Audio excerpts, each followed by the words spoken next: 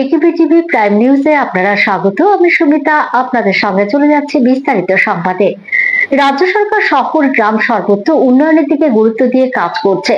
পরিকাঠামো উন্নয়নের পাশাপাশি শিক্ষা স্বাস্থ্যের দিকে যেমন গুরুত্ব দিয়ে কাজ করছে, তেমনি রাজ্য সরকার চায় রাজ্যের জনগণের আর্থ সামাজিক দিকের উন্নয়ন। বৃহস্পতিবার খোয়াই মহকুমার বাইজালবাড়িতে খোয়াই জেলায় 8টি প্রকল্পের উদ্বোধন করে কথা বলেন মুখ্যমন্ত্রী অধ্যাপক ডাক্তার মানিক সাহা।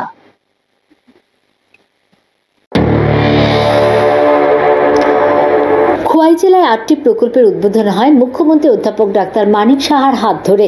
বৃহস্পতিবার খোয়াই মহকুমার বাইজালবাড়ি স্কুল মাঠে হয় মূল অনুষ্ঠান।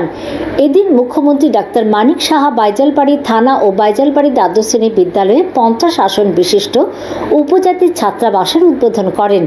পাশাপাশি এখান থেকে ভার্চুয়ালি মোডে তেলিয়ামুড়া মহকুমার আরও 6টি প্রকল্পের উদ্বোধন করলেন তিনি। মুখ্যমন্ত্রী এদিন তার বক্তব্যে উল্লেখ করেন যে রাজ্য সরকার শহর গ্রাম সর্বত্রই উন্নয়নের দিকে গুরুত্ব দিয়ে কাজ করছে। পরিকাঠামো উন্নয়নের পাশাপাশি শিক্ষা স্বাস্থ্যের দিকে যেমন গুরুত্ব দিয়ে কাজ করছে, তেমনি রাজ্য সরকার চায় রাজ্যের জনগণের আর্থ সামাজিক দিকের উন্নয়ন। এই প্রসঙ্গে এদিন তিনি মহিলাদের স্বনির্ভর গোষ্ঠীর কথা তুলে ধরে বলেন, আগে 2018-র আগে রাজ্যে যেখানে মাত্র তা ছিল প্রায় 4000, আর এরপর এই সংখ্যা বেড়ে হয়েছে এর কয়েক গুণ। রাজ্যে লাখপতি দিদির সংখ্যাও অনেক বেড়েছে। এদিন তিনি উল্লেখ করেন, রাজ্যের নিজস্ব সম্পদ নিয়ে আগে কেউ ভাবত না।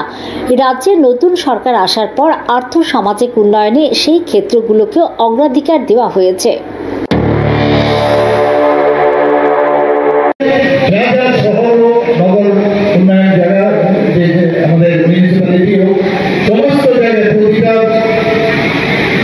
গ্রাম পঞ্চায়েত থেকে শুরু করে ডিসি থেকে আমাদের সব জায়গায় আমাদের উন্নয়ন করতে হবে, সেই বিষয়ে আমরা কিন্তু কাজ করছি। ইনফ্রাস্ট্রাকচার ডেভেলপমেন্ট আমাদের প্রায়োরিটি বিষয়। আমাদের স্বাস্থ্য সুরক্ষার দিকে আমরা নজর দিয়েছি। শিক্ষা আমাদের কাছে প্রায়োরিটি সেক্টর। আজকে এখানে একদিকে সুরক্ষার কথা বলা হয়েছে, সুরক্ষার জন্য আমরা এখানে বাইজালবাড়িতে যে আজকে থানা উদ্বোধন করলাম। ছেলে মেয়েদের থাকার জন্য এসসি সম্প্রদায়ের যাতে থাকে তাদের ব্যবস্থা করা হয়েছে। আজকে প্রজেক্টে যে হয়েছে সেখানে স্বাস্থ্যের বিষয় এখানে এসছে, শিক্ষার বিষয় এসছে, এবং আমরা চাই যে গ্রামীণ যে জনগণ আছেন তাদের যাতে আর্থিক উন্নয়ন হয়, সেদিকে আমাদের যে অগ্রাধিকারের বিষয়গুলো আছে। এই অনুষ্ঠানে এদিন বিশিষ্ট জনদের মধ্যে উপস্থিত ছিলেন মন্ত্রী বিকাশ দেববর্মা, বিধায়ক রঞ্জিত দেববর্মা, রাজ্য পুলিশের ডিআইজি অনুরাগ ধ্যানকর প্রমুখ। ব্যুরো রিপোর্ট, একিবি টিভি। বৃহস্পতিবার আহমেদাবাদে ভয়াবহ বিমান দুর্ঘটনা ঘটে। দুর্ঘটনাগ্রস্ত সেই যাত্রীবাহী বিমানে ছিলেন গুজরাটের প্রাক্তন মুখ্যমন্ত্রী বিজয় রূপানি। যাত্রীদের তালিকায় 12 নম্বরের নাম ছিল তার। আহমেদাবাদের টেক অফের কিছুক্ষণের মধ্যে ভেঙে পড়ে লন্ডনগামী এয়ার ইন্ডিয়া বিমানটি। 2 জন পাইলট, 10 জন কেবিন ক্রু সহ মোট 242 জন ছিলেন ওই বিমানে। যাত্রীদের মধ্যে 169 জন ভারতীয়, 53 জন ব্রিটিশ এবং 1 জন কানাডার নাগরিক বলে জানা গেছে। ঘটনায় বহু মৃত্যুর আশঙ্কা করা হচ্ছে। যুদ্ধকালীন পরিস্থিতিতে চলছে উদ্ধার কাজ। ইতিমধ্যে স্বরাষ্ট্রমন্ত্রী অমিত শাহ ও অসামরিক বিমান পরিবহন মন্ত্রী রামমোহন নাইডুর সঙ্গে কথা বলেছেন প্রধানমন্ত্রী নরেন্দ্র মোদী। তাদের দ্রুত আহমেদাবাদে পৌঁছে সব রকম ব্যবস্থা নেওয়ার নির্দেশ দেওয়া হয়েছে। রোমহর্ষক বিমান দুর্ঘটনা ঘটল আহমেদাবাদে। বৃহস্পতিবার দুপুরে আহমেদাবাদের মেঘানী নগরের বিজে মেডিকেল কলেজের ইউজি হোস্টেলের মেসের ছাদে ভেঙে পড়ে এয়ার ইন্ডিয়ার একটি বিমান। উড়ানটিতে মোট 242 জন ছিলেন বলে জানা গিয়েছে। ভেঙে পড়ার পর মুহূর্তে বিস্ফোরণ ঘটায় মনে করা হচ্ছে যে বিমানের সকলেরই মৃত্যু হয়েছে। তবে এখানে শেষ নয়, বিমান দুর্ঘটনায় 20 জন জুনিয়র ডাক্তারেরও মৃত্যুর আশঙ্কা করা হচ্ছে। বিমানটি ভেঙে পড়ার সময় মেডিকেল কলেজের জুনিয়র চিকিৎসকরা ক্যান্টিনে খাবার খাচ্ছিলেন। এদিন দুপুর 1:10 নাগাদ আহমেদাবাদ থেকে লন্ডনের উদ্দেশ্যে যাত্রা শুরু করে বিমানটি। টেক অফের খানিকক্ষণের মধ্যে দুর্ঘটনার কবলে পড়ে উড়ান A1171। আহমেদাবাদ থেকে টেক অফের খানিক পরেই বিমানটি ভেঙে পড়ে। প্রাথমিকভাবে মনে করা হচ্ছিল দুর্ঘটনায় বিমানে থাকা লোকেদের মৃত্যু হয়েছে।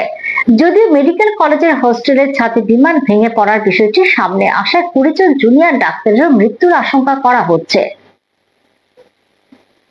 নিচ্ছে ছোট্ট একটি বিজ্ঞাপন বিরতির সঙ্গে থাকুন।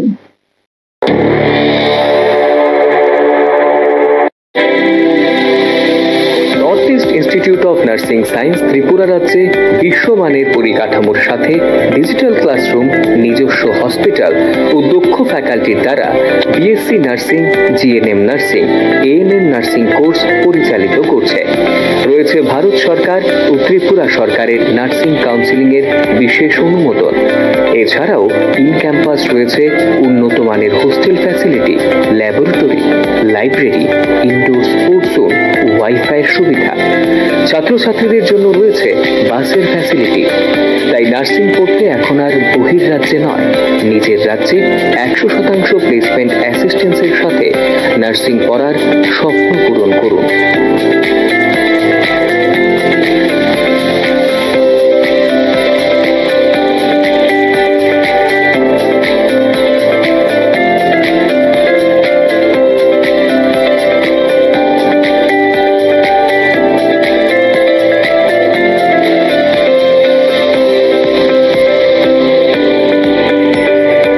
জন্য আজই যোগাযোগ করুন north east institute of nursing science, Agartala, Amtali bypass.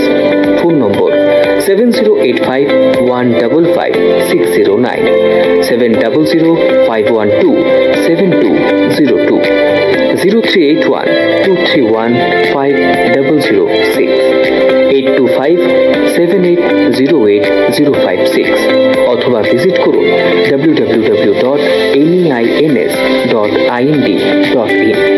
a unit of Devlook Hospital.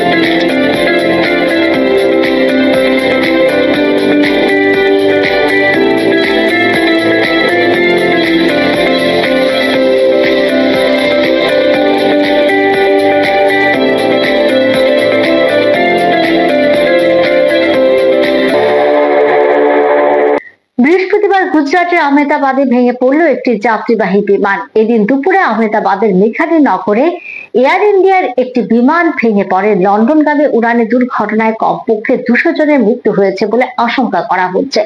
প্রাথমিকভাবে জানা গিয়েছে বিমানবন্দরের খুব কাছে উড়ানটি ভেঙে পড়েছে। বিমানটিতে 242 জন যাত্রী ছিলেন বলে জানিয়েছে গুজরাট পুলিশ। এদিকে আহমেদাবাদে ভয়াবহ দুর্ঘটনার খবর পেয়ে গুজরাটের মুখ্যমন্ত্রী ভূপেন্দ্র প্যাটেলের সঙ্গে কথা বলেছেন কেন্দ্রীয় স্বরাষ্ট্রমন্ত্রী অমিত শাহ। এছাড়াও গুজরাটের স্বরাষ্ট্রমন্ত্রী এবং পুলিশ কমিশনারের সঙ্গেও কথা বলেছেন বিমান দুর্ঘটনা নিয়ে। কেন্দ্র সরকারের তরফে সমস্ত রকম সহায়তার আশ্বাসও দিয়েছেন অমিত শাহ। প্রাথমিকভাবে জানা গিয়েছে এদিন দুপুর 1:10 নাগাদ আহমেদাবাদ থেকে লন্ডনের উদ্দেশ্যে যাত্রা শুরু করে বিমানটি। টেক অফের খানিকক্ষণের মধ্যেই দুর্ঘটনার কবলে পড়ে A1171 বিমান। 2 জন পাইলট, 10 জন কেবিন ক্রু সহ মোট 242 জন ছিলেন ওই বিমানে। অতি সম্প্রতি বাংলাদেশের সিরাজগঞ্জের শাহজাদপুরে কবিগুরু রবীন্দ্রনাথ ঠাকুরের কাছারি বাড়িতে হামলা ও ভাঙচুরের ঘটনা ঘটে। এই ঘটনার পর রবীন্দ্রনাথ ঠাকুরের স্মৃতি বিজড়িত কাছারি বাড়িতে অনির্দিষ্টকালের জন্য দর্শনার্থীদের প্রবেশ বন্ধ ঘোষণা করা হয়েছে। বাংলাদেশের সিরাজগঞ্জের শাহজাদপুর উপজেলায় বিশ্বকবি রবীন্দ্রনাথ ঠাকুরের কাছারি বাড়ির অডিটোরিয়ামে ভাঙচুর চালানোর অভিযোগ উঠেছে একদল উত্তেজিত জনতার বিরুদ্ধে। এই সময় কাছারি বাড়ির পরিচালককে মারধরের ঘটনা ঘটে। মঙ্গলবার দুপুরে এই ঘটনাটি ঘটেছে। জানা গেছে কাছারি বাড়িতে হামলার জেরে বেশ কিছু মূল্যবান জিনিসপত্রের ক্ষতি হয়েছে। এদিকে এই ঘটনায় ইউনিসেফ দেশের পুলিশ স্বভাবতই নিষ্ক্রিয়। এই ঘটনায় পুলিশ কাউকে এখনো ধরতে পারেনি। ঘটনার সূত্রপাত হয় গত 8 জুন। বিশ্বকবির সিরাজগঞ্জের বাড়ি ঐতিহাসিকভাবে কাছারি বাড়ি নামেই অধিক পরিচিত। এখানেই রবীন্দ্র মেমোরিয়াল মিউজিয়াম গড়ে উঠেছে। সেই মিউজিয়ামে ওই দিন গিয়েছিলেন এক ব্যক্তি। ওই ব্যক্তির অভিযোগ, তাকে অফিস ঘরে আটকে রাখা হয়, শারীরিকভাবে হেনস্থাও করা হয়েছিল। এই ঘটনার প্রতিবাদে মঙ্গলবার দুপুরে স্থানীয়রা মিউজিয়ামের সামনে মানববন্ধন করেছিলেন। এই সময় একদল দুষ্কৃতী রবীন্দ্র বিরোধী স্লোগান দিতে দিতে ভিতরে ঢুকে ভাঙচুর করতে থাকে। এই ঘটনার পর রবীন্দ্রনাথ ঠাকুরের স্মৃতি বিজড়িত কাছারি বাড়িতে অনির্দিষ্টকালের জন্য দর্শনার্থীদের প্রবেশ বন্ধ ঘোষণা করা হয়েছে। এই ঘটনায় দেশের প্রত্নতত্ত্ব বিভাগ একটি 3 সদস্যের তদন্ত কমিটি গঠন করেছে। কারা হামলা চালিয়েছে তা খতিয়ে দেখা হচ্ছে। প্রসঙ্গত, রবীন্দ্রনাথ ঠাকুরের পিতামহ প্রিন্স দ্বারকানাথ ঠাকুর শাহজাদপুরের জমিদারি কিনে নিয়েছিলেন। তখন এই কাছারি বাড়িটি ঠাকুর পরিবারের হস্তগত হয়েছিল। রবীন্দ্রনাথ বছরে 1-2 বার সেখানে যেতেন। 1969 সালে প্রত্নতত্ত্ব অধিদপ্তর এই বাড়িটিকে সংরক্ষিত পুরাকীর্তি বলে ঘোষণা করে। মঙ্গলবার দুপুরে বিক্ষোভ মিছিলটি কাছারি বাড়িতে ঢুকে পড়ে। তারাই বাড়িটির কাস্টেডিয়ানের অফিস, অডিটোরিয়ামের জানালা দরজা ভাঙচুর করে। এদিকে সিরাজগঞ্জের শাহজাদপুরে কবিগুরু রবীন্দ্রনাথ ঠাকুরের কাছারি বাড়িতে হামলা ও অডিটোরিয়াম ভাঙচুর সহ মারপিটের ঘটনায় 60 জনের বিরুদ্ধে মামলা করা হয়েছে বলে জানা গেছে। Bureau report, AKB TV. রাজ্যের প্রথম আগরতলা সরকারি মেডিকেল কলেজ ও জিপিপি হাসপাতালে 11 বছরের এক শিশুর মেরুদণ্ডের টিভি জনিত বিকৃতির সফলভাবে অপারেশন করা হয়েছে। শিশুটির এই জটিল অস্ত্রোপচার সফল করতে হাসপাতালের শিশু বিভাগ, নিউরো সার্জারি বিভাগ এবং হাসপাতাল প্রশাসন তথা রোগী কল্যাণ সমিতি গুরুত্বপূর্ণ ভূমিকা পালন করে। বৃহস্পতিবার আগরতলা সরকারি মেডিকেল কলেজ ও জিপিপি হাসপাতালের পক্ষে সাংবাদিক সম্মেলন করে বিষয়ে জানানো হয়। রাজ্যে প্রথম 11 বছরের এক শিশুর মেরুদণ্ডের টিভি জনিত বিকৃতির সফলভাবে অপারেশন করা হয়েছে। আগরতলা সরকারি মেডিকেল কলেজ ও জিপিপি হাসপাতালে নিউরো সার্জারি ও শিশু বিভাগ সফলভাবে মেরুদণ্ডের এই জটিল অস্ত্রোপচার সম্পন্ন চিকিৎসা করেছে। নিউরো সার্জারির বিশিষ্ট চিকিৎসক ডাক্তার সিদ্ধা রেড্ডির তত্ত্বাবধানে চিকিৎসকদের একটি টিম এই জটিল অপারেশন করে মেরুদণ্ড সোজা করে স্নায়ু রক্ষা করে শিশুটিকে স্বাভাবিক জীবনে নিয়ে আসে। বৃহস্পতিবার আগরতলা সরকারি মেডিকেল কলেজ ও জিবিপি হাসপাতালের পক্ষ থেকে সাংবাদিক সম্মেলন করে ব্যাপারে অবগত করা হয়। এই চিকিৎসা রাজ্যের চিকিৎসা ইতিহাসে নিঃসন্দেহে একটি বিরাট মাইল ফলক। এটি শুধু চিকিৎসাগত দক্ষতার ফল নয়, এর সাথে হাসপাতালের প্রশাসনের সমন্বয়ও গুরুত্বপূর্ণ ভূমিকা গ্রহণ করে। এই অস্ত্রোপচারে নিউরো বিভাগের পাশাপাশি শিশু বিভাগের বিশিষ্ট চিকিৎসক ডাক্তার সঞ্জীব দেববর্মার তত্ত্বাবধানে অন্যান্য চিকিৎসকরাও অপারেশনের আগে এবং পরে শিশুর প্রতিনিয়ত পর্যবেক্ষণ করেন, যা খুবই গুরুত্বপূর্ণ। চিকিৎসাজনিত আন্তঃবিভাগীয় এবং হাসপাতাল প্রশাসন ও রোগী কল্যাণ সমিতির সমন্বয়ের উৎকর্ষতার সফল বাস্তবায়নের ফল হল মেরুদণ্ডের এই জটিল অস্ত্রোপচার। এই সাংবাদিক সম্মেলনে এদিন হাসপাতাল সুপার, AGMC প্রিন্সিপাল, শিশু চিকিৎসক, নিউরো সার্জন সহ অন্যান্য চিকিৎসক ও সেবিকারা উপস্থিত ছিলেন। এ ব্যাপারে জানান শিশু বিশেষজ্ঞ চিকিৎসক ডাক্তার সঞ্জীব দেববর্মা। জটিল অপারেশনের পরে শিশুটা একটা স্বাভাবিক জীবন ফিরে আসছে। ছেলেটির নাম রূপম ভৌমিক, 11 বছর বয়স, বাড়ি চন্দ্রপুর, রেশম বাগান, আগরতলা। ছেলেটি আমাদের পেডিয়াট্রিক ওয়ার্ডে অ্যাডমিশন হয়েছিল গত 28শে মার্চ, আর ছেলেটির অপারেশন হয়েছে 2রা জুন। তো এই দিনগুলি আমাদেরকে মনে করিয়ে দেয় যে আমরা কীভাবে ছেলেটির যত্ন নিয়েছিলাম, এবং এই যত্ন নেওয়াতে আমি আমার সমস্ত পেডিয়াট্রিক ডিপার্টমেন্টের ইউনিট 2 যারা যারা আছেন, doctor Ripon Debbarma, doctor Joyon Sarkar, doctor Amitabha Baidya, doctor Mrinmoy Das, এছাড়া যে সমস্ত পিজিটিরা এই ছেলেটির যত্ন নিয়েছে এবং যে সমস্ত নার্সিং অফিসাররা এই ছেলেটির যত্ন নিয়েছে, সবাইকে আমার আন্তরিক অভিনন্দন। আর এই অপারেশনের জন্য সাহায্যের হাত যে বাড়িয়ে দিয়েছেন তিনি হচ্ছেন, আমার ডান দিকে বসে আছেন, medical superintendent of AGMC hospital doctor Shankar Chakraborty.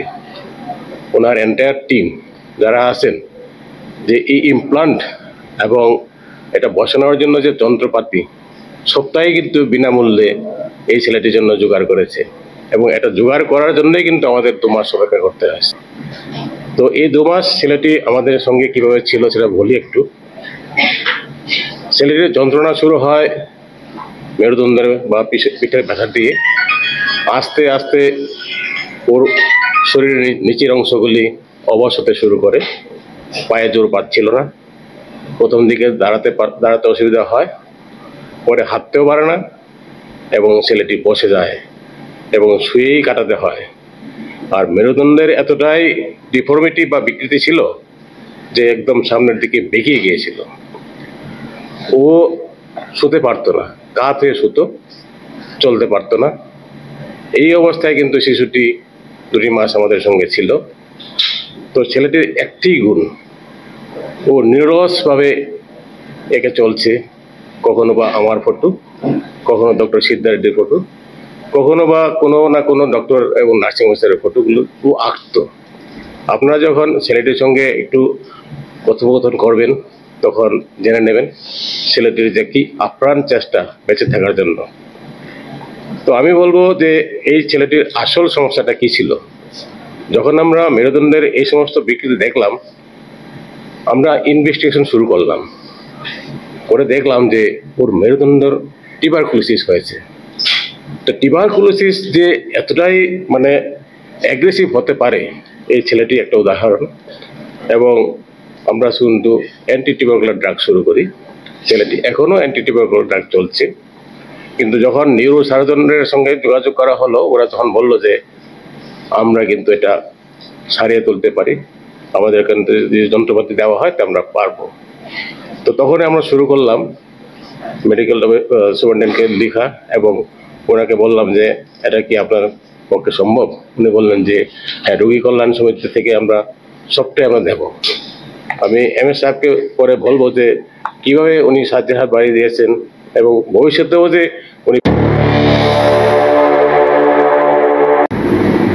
Bureau report, একিভি টিভি। আগামী 3রা জুলাই থেকে খড়গপুরস্থিত চতুর্থ দেবতা মন্দিরে ঐতিহ্যবাহী খার্চি পুজো ও মেলার সূচনা হবে। মেলার প্রস্তুতি নিয়ে বৃহস্পতিবার মেলা কমিটির উদ্যোগে ও আগরতলা পঞ্চায়েত সমিতি হলে এক সাংবাদিক সম্মেলন করা হয়। সাংবাদিক সম্মেলনে উপস্থিত ছিলেন বিধায়ক রতন চক্রবর্তী সহ মেলা কমিটির অন্যান্য সদস্যরা। সাংবাদিক সম্মেলনে বিধায়ক বলেন, আগামী 3রা জুলাই থেকে ঐতিহ্যবাহী খার্চি পূজা ও মেলার সূচনা হবে। এদিন বেলা 11টা নাগাদ মুখ্যমন্ত্রী ডাক্তার মানিক শাহ ঐতিহ্যবাহী খার্চি পূজা ও মেলার সূচনা করবেন। উপস্থিত থাকবেন মন্ত্রী সুশান্ত চৌধুরী, মেয়র দীপক মজুমদার সহ আরো অনেকে। মেলা শেষ হবে আগামী 9 জুলাই। এদিন উপস্থিত থাকতে পারেন সাংসদ বিপ্লব কুমার দেব ও সাংসদ রাজীব ভট্টাচার্য। এবছর মেলার থিম হবে অপারেশন সিন্দুর। আগামী 15 জুন থেকে ফর্ম দেওয়া শুরু হবে বলে তিনি জানান।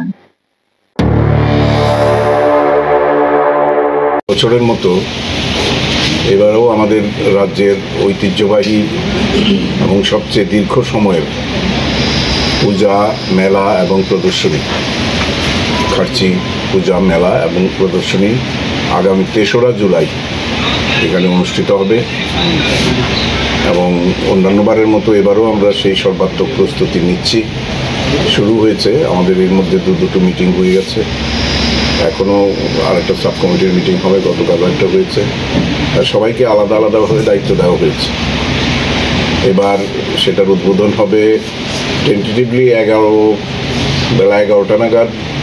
আমাদের রাজ্যের জনপ্রিয় মুখ্যমন্ত্রী প্রফেসর ডক্টর মানিক শাহর হাত ধরে সেটার উদ্বোধন হবে এবং সেখানে উপস্থিত থাকবেন আমাদের এই সাব ডিভিশনের মন্ত্রী শ্রী সুশান্ত চৌধুরী মহোদয়, উপস্থিত থাকবেন আমাদের বিধায়িকা স্বপ্নাদেব বর্মা মহোদয়া, উপস্থিত থাকবেন আমাদের আগরতলা মিউনিসিপ্যাল কর্পোরেশনের মেয়র এবং বিধায়ক দীপক মজুমদার মহোদয়, আমাদের চেয়ারপারসন পঞ্চায়েত সমিতির শ্রীমতী ঝর্ণা রানী দাস মহোদয়া, সভাপতি হিসেবে আমি থাকব এবং ক্লোজিংটা হবে 9 তারিখ। তো আমরা আশা করছি যদি সময় দিতে পারেন তাহলে প্রাক্তন মুখ্যমন্ত্রী এবং আমাদের যিনি বর্তমানে লোকসভার সদস্য শ্রী বিপ্লব কুমার দেব মহোদয়, আমাদের আরেকজন রাজ্যসভার সাংসদ শ্রী রাজীব ভট্টাচার্য মহোদয়, তাদেরকে আমরা ক্লোজিংয়ে বলার পরিকল্পনা নিয়েছি। যদি ওরা সময় দিতে পারেন তাহলে ওদের হাত ধরেই মেলার ক্লোজিং হবে। এবারও আপনার 15 তারিখ থেকে ফর্ম বৃহস্পতিবার দুপুরে গুজরাটের আহমেদাবাদে ভয়াবহ বিমান দুর্ঘটনা। 242 জন যাত্রী নিয়ে লন্ডনগামী বিমানটি ভেঙে পড়েছে। দুর্ঘটনাগ্রস্ত বিমানে ছিলেন গুজরাটের প্রাক্তন মুখ্যমন্ত্রী বিজয় রূপানী। এই মর্মান্তিক ঘটনার জেরে এদিন ত্রিপুরা বিজেপি দলের বিভিন্ন কর্মসূচি বাতিল করা হয়। এ ব্যাপারে সংবাদ মাধ্যমের মুখোমুখি হয়ে বিস্তারিত জানালেন বিজেপি দলের সহসভাপতি অমিত চৌধুরী। তিনি জানান, বাংলাদেশে বিশ্বকবি রবীন্দ্রনাথ ঠাকুরের পৈতৃক কাছারি বাড়িতে পরিকল্পিতভাবে হামলা ও ভাঙচুর করা হয়েছে। এই ঘটনার প্রতিবাদে আজ সারা দেশে দলের তরফে প্রতিবাদ মিছিল করার কর্মসূচি ছিল, কিন্তু গুজরাটের আহমেদাবাদে ভয়াবহ বিমান দুর্ঘটনা ঘটেছে। বিমানে 150-র উপর ভারতীয়, পর্তুগিজ ও কানাডিয়ান ছিলেন। বিমানটি একটি হোস্টেলের উপর ভেঙে পড়েছে। এই ঘটনাকে কেন্দ্র করে আমাদের এই কর্মসূচি স্থগিত করা হয়েছে বলে তিনি জানান। বাংলাদেশে আমাদের বিশ্বকবি নোবেল লরেট রবীন্দ্রনাথ ঠাকুরের যে পৈতৃক ভিটে, সেখানে পরিকল্পিতভাবে আক্রমণ করা হয়েছে, ভ্যান্ডালাইজ করা হয়েছে। তার প্রতিবাদে আজকে সারা ভারতবর্ষে আমরা প্রতিবাদ মিছিল করার আমাদের প্রোগ্রাম ছিল, কিন্তু আজকে একটা দুর্ভাগ্যজনক ঘটনা ঘটেছে। আপনারা জানেন, গুজরাটে এয়ার ইন্ডিয়ার একটা ফ্লাইট দুর্ঘটনাগ্রস্ত হয়েছে। সেখানে 150-র উপর ভারতীয়, বিদেশের মধ্যে পর্তুগিজ নাগরিক ছিলেন, কানাডিয়ান নাগরিক ছিলেন, এবং সেটা একটা হোস্টেলের উপর ভেঙে পড়েছে।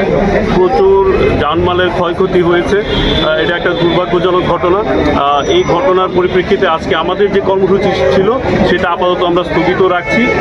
পরবর্তী, যেহেতু রবীন্দ্রনাথের বাড়িতে আঘাত, সেটা জাতির উপরেও আঘাত, সেটার প্রতিবাদ আমরা করব। কিন্তু আজকের জন্য, আজকে যে দুর্ভাগ্যজনক ঘটনাটা ঘটেছে, এটাকে সামনে রেখে আজকের সমস্ত, শুধু এই আমাদের এই কর্মসূচি না, আমাদের দলের যত কর্মসূচি ছিল সেগুলো আপাতত স্থগিত রাখা হয়েছে। বৃহস্পতিবার আগরতলা পুর নিগমের কনফারেন্স হলে মাসিক কাউন্সিলিং বৈঠক অনুষ্ঠিত হয়। আয়োজিত বৈঠকে উপস্থিত ছিলেন mayor Dipak Majumdar, deputy mayor Monika Das Dutta, পুর নিগমের আধিকারিকরা সহ সকল ওয়ার্ডের কর্পোরেটররা। বৈঠকে মেয়র জানান, আগরতলা পুর নিগমের প্রতি মাসে একটি মিটিং আমরা করে থাকি। আজকের বৈঠকে আগরতলা শহরে বিভিন্ন জায়গায় জল জমে থাকার বিষয় নিয়ে আলোচনা করা হয়। বৃষ্টির পরে কিছু কিছু জায়গায় জল নেমে গেছে, তবে কিছু কিছু জায়গায় জল ছিল, তা নিয়ে আলোচনা করা হয়েছে। বৃষ্টির কারণে মানুষ কিভাবে অসুবিধার সম্মুখীন হয়েছিল, সেক্ষেত্রে আগরতলা পুর নিগম কিছু কিছু ব্যবস্থা গ্রহণ করেছে বলে তিনি জানান। এটা বলবো যে আগরতলা পৌর নিগমের প্রতি মাসেই একটা মিটিং আমরা করি, সাধারণত প্রয়োজনে আরও বেশি করি। তারই অঙ্গ হিসেবে আজকে আগরতলা পৌর নিগমের আমাদের সভা হয়েছে। সভাতে মূলত আলোচনা বিষয় হচ্ছিল গত যে বৃষ্টি হয়েছিল আগরতলা শহরে, তো যদিও দ্রুততার সহিত জল নেমে গেছে, তারপরও কিছু কিছু জায়গা জল ছিল।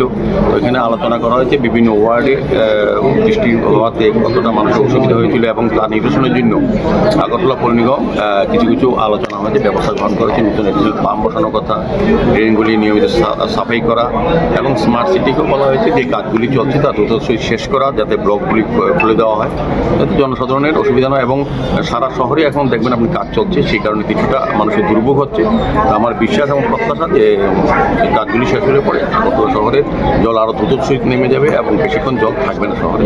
এভাবেই ব্যবস্থা গ্রহণ করা হচ্ছে, এটা আলোচনার বিষয়। এবং সার্বিক বিভিন্ন ওয়ার্ডে যে কাজগুলি চলছে তার কতটা অগ্রগতি এবং কোথায় কি অসুবিধা সেভাবে চিন্তা করা হচ্ছে। এবং আমরা প্রতিটি ওয়ার্ডে, যেহেতু বৃষ্টি হওয়ার পর কিছু রাস্তা ড্রেন কিছুটা নষ্ট হয়েছে, আমরা প্রতিটি ওয়ার্ডে আজকে 15 লক্ষ টাকা করে আমরা দিয়েছি, যাতে সেই কাজগুলি করা যায়।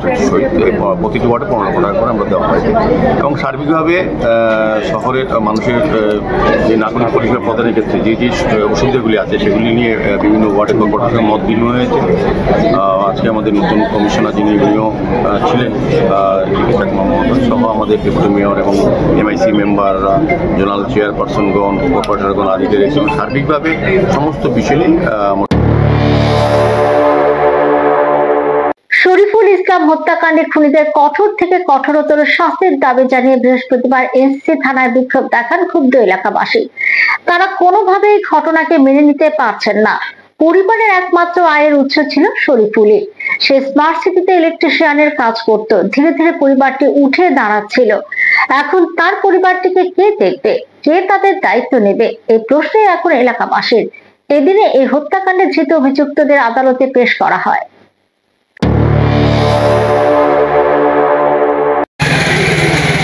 এটা তো আমরা ত্রিপুরা না শুধু, এটা আমরা ভারতের মধ্যে একটা কলঙ্ক লেগে গেছে যে আজকের দিনে দাঁড়ায় এই সভ্য সমাজের মধ্যে শিক্ষিত মানুষ হয়ে সেটা যদি আজকের দিনে শিক্ষিত মানুষের যদি এই পরিণাম করছে, তো আবার শুনতেছি কি তাই একজন ডাক্তার হয়ে সেটা যে তাই মানুষকে কি তাবাসাইব যে জায়গার মধ্যে তাই নিজেই একটা ছোট্ট ভুলা হ্যাঁ আজকের দিনে যদি ভুল করে থাকে, হ্যাঁ বাড়ির মধ্যে গার্জিয়ান আছে বা আমাদের পাড়ার ক্লাব আছে বা আমাদের থানা টানা সব আছে, ওইখানে একটা কিছু করতে পারতো, তারা নিয়ে আসে ডাইরেক্টলি ওই ফুলাটারে মেডাল আইছে। তো আমরা চাওয়া আর কিচ্ছুই না, আমরা চাওয়া হয়েছে গিয়ে কিটা যে আমরা প্রশাসনের কাছে কমু হের যাতে কঠোরতম যে শাস্তিটা আছে ওইটা যাতে হোক, আর নাইলে মানে এটা আমরা মাইনে নিতে পারতাম না আর কি। আবারও নিচে ছোট্ট একটি বিজ্ঞাপন বিরতির সঙ্গে থাকুন।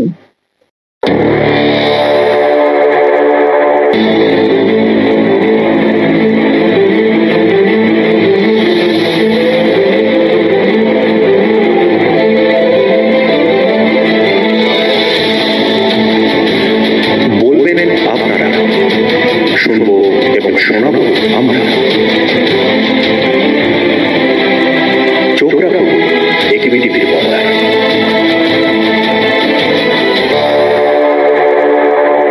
বিরতি পর চলে যাচ্ছে পরের খবরে। কৈলাসহর রামকৃষ্ণ মহাবিদ্যালয়কে বিশ্ববিদ্যালয়ে রূপান্তরিত করা এবং ঊনকোটি জেলা শাসক অফিস কৈলাসহরের প্রাণকেন্দ্রে স্থানান্তরের জন্য দাবি জানিয়ে মুখ্যমন্ত্রীর কাছে চিঠি দিয়েছে প্রদেশ কংগ্রেস। কৈলাসহর কংগ্রেস ভবনে বৃহস্পতিবার সাংবাদিক সম্মেলন করে জানান কংগ্রেস পরিষদীয় দলনেতা বিধায়ক বীরজিৎ সিনহা। রাজ্যের দ্বিতীয় প্রাচীন কলেজ হল কৈলাসহরের রামকৃষ্ণ মহাবিদ্যালয়। গত বছর এই কলেজ ৭৫তম বর্ষে পা দিয়েছে। রাজ্যের অন্যতম এই কলেজটিকে বিশ্ববিদ্যালয় করার জন্য রাজ্যের মুখ্যমন্ত্রী মানিক সাহার নিকট দাবি জানালেন কৈলাসহরের বিধায়ক তথা রাজ্য বিধানসভার বিরোধী দলের পরিষদীয় নেতা বীরজিৎ সিনহা। তাছাড়াও ঊনকোটি জেলার জেলাশাসক অফিসের নতুন অফিস গৃহ নির্মাণ করার জন্য কৈলাসহরের সোনামুখী এলাকার পরিত্যক্ত চা বাগানের জায়গায় করার কথা থাকলেও সেই জায়গা নিয়ে আদালতে মামলা চলার কারণে সংশ্লিষ্ট জায়গায় জেলা শাসকের নতুন অফিস গৃহ নির্মাণ করা যাচ্ছে না। প্রশাসনের পক্ষ থেকে অন্যত্র জায়গা দেখা হচ্ছে। বর্তমানে কৈলাসহরের শহর এলাকায় অবস্থিত জেলা কারাগারটি জারুলতলি গ্রামে খুব শীঘ্রই স্থানান্তরিত হচ্ছে। জেলা কারাগারটি যেহেতু শহর এলাকা থেকে চলে যাচ্ছে, তাহলে শহর এলাকায় জেলা কারাগারের বিশাল জায়গায় ঊনকোটি জেলা শাসকের নতুন অফিস গৃহ নির্মাণ করার জন্য রাজ্যের মুখ্যমন্ত্রী মানিক সাহার নিকট দাবি জানালেন কৈলাসহরের বিধায়ক বীরজিৎ সিনহা। শুধুমাত্র দাবিই নয়, এই ২ দফা দাবিতে রীতিমতো বিধায়ক বীরজিৎ সিনহা ১২ জুন বৃহস্পতিবার চিঠি লিখে রাজ্যের মুখ্যমন্ত্রীর নিকট পাঠিয়েছেন বলেও জানালেন। কৈলাসহর কংগ্রেস ভবনে বৃহস্পতিবার সাংবাদিক সম্মেলন করে এই বিষয়ে জানান তিনি। এই সাংবাদিক সম্মেলনে বিধায়ক বীরজিৎ সিনহা ছাড়াও উপস্থিত ছিলেন ঊনকোটি জেলা কংগ্রেসের সভাপতি মোহাম্মদ বদরুজ্জামান, প্রদেশ কংগ্রেসের সাধারণ সম্পাদক রুদ্রেন্দু ভট্টাচার্য। এই ২ দফা দাবির ব্যাপারে স্থানীয় মন্ত্রী টিঙ্কু রায়ের সাথে আলাপ আলোচনা করবেন বলেও জানান বিধায়ক বীরজিৎ সিনহা। তিনি এই ব্যাপারে একই চিন্তাধারা পোষণ করবেন বলে আশা ব্যক্ত করেন তিনি।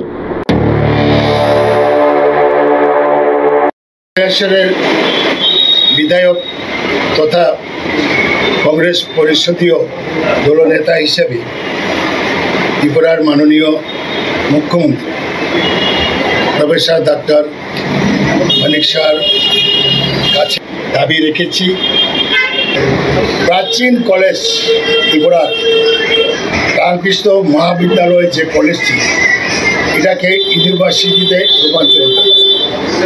২ নম্বর, ডিএম অফিসটি যাতে আমরা জেলখানার এই জমিতে যাতে স্থাপন করে, তাহলে সর্বদিক দিয়ে সাধারণ মানুষ খুবই, এবং আপনাদের মাধ্যমে এই মহকুমার যিনি মিনিস্টার আছেন মাননীয় টিঙ্কু রায় মহোদয়ের কাছেও আমি অনুরোধ করব যে এই উপযুক্ত জায়গা যাতে উনিও চয়েস করেন।